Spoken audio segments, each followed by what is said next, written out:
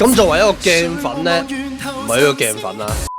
咁每年最期待嘅唔係有奧斯卡演員陣容加入啦，或者咧變電影版改下結局戲下啲觀眾咁樣，而係咧一塊新嘅鏡啊，徘徊喺預言同埋現實之間，好比咧當年美好嘅 Apple 年代，當大師喬布斯咧將一塊咧叫做 iPhone 嘅鏡咧向大眾展示嗰陣時咧，啲人先知咧原來一塊鏡咧開咗個美麗新世界嘅。所以每一年咧，我都期待呢套劇嘅發佈會。咁雖然咧近年咧已經不斷減產或者已經粗製濫拍啦，咁去窺探未來我哋將擁有嘅新科技，咁迎接咧一個更便利嘅人生。但係正如我標題所講啦，當 AI 變得便利嗰陣時咧，人性咧就會越嚟越騷到佢嘅本性。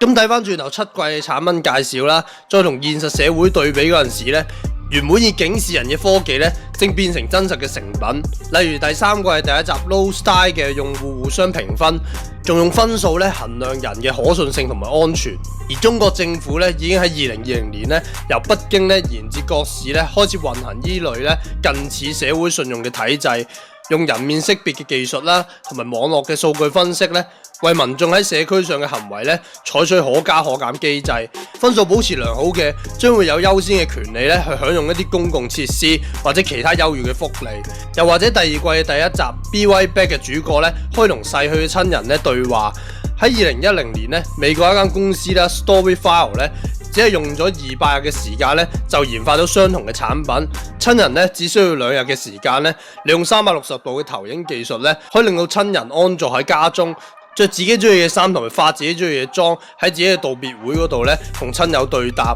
咁親人咧都可以喺任何時間同 AI 親人咧傾訴。由 AI 代你吸塵到聽電話，再變成你嘅傾訴，甚至打小報告嘅對象咧，可見 Black Mirror 咧就唔係一個空想嚟嘅。對於科技同埋人咧，亙古以嚟嘅問題一直都係控制 vs 被控制，甚或以為自己可以控制到，但係最後咧只係淪為遙控器嘅一個按鈕。咁聽到呢度咧，可能大家聽得出咧，我係比較偏好鏡喺現實中嘅呈現，所以咧今次咧將要集中討論第1集普通人，同埋少少自己對於1季嘅總結。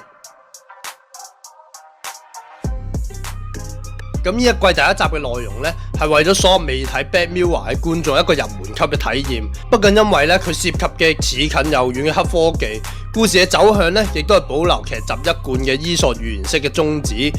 咁我講英之前咧，就介紹一下故事嘅背景。咁主角咧係一對好普通嘅夫妻，咁每年咧都會慶祝結婚紀念日啦，而去一間普通嘅餐廳咧同埋旅館，享受普通嘅幸福嘅。咁好景不常啦，老婆喺學校嗰度暈咗，咁經診斷之後咧，永久變咗植物人。咁當個老公咧心灰意冷之際咧，醫生用咗一個秘密嘅形式咧，轉介咗一個新創公司咧，可以提供一種免費嘅新創手術。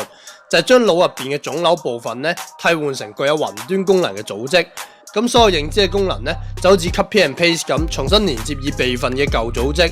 一種咧無痛嘅智能換腦技術咧就此誕生。咁當然咧，我哋個個都知噶啦，免費嘅嘢咧一定係最貴嘅。咁接受咗手術之後咧，患者需要俾咧每個月3萬蚊美金，咁折合港紙咧就2400到嘅訂閱費，以體驗形式咧繼續生活。咁對一對普通嘅夫婦嚟講咧，每個月咧突然之間要俾咁大筆開支咧，梗係好頭痛啦。咁老公咧亦都不斷 OT 咧平衡生計。但係當然呢個咧只不過係一個普通嘅開始。正如以前 Netflix 咧一格變多格一樣，功能變多咗，限制亦都變多咗。唯一嘅出路咧就係由呢個普通嘅方案咧升級到一個高級方案。如果保持普通咧，老婆將會變成一個有限度服務嘅，咁即係會變成咧真人版嘅植入式廣告。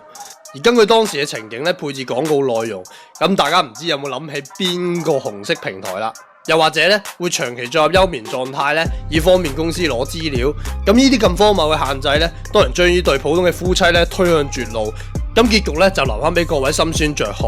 咁揀呢個普通嘅故事咧，原因就係救地。咁重睇翻今季6集入邊啦，有凄美，有驚慄，有感人，有復仇。但係題材同埋劇情嘅走向咧，大多咧都好多水分。睇完之後咧，都有種可惜嘅感覺。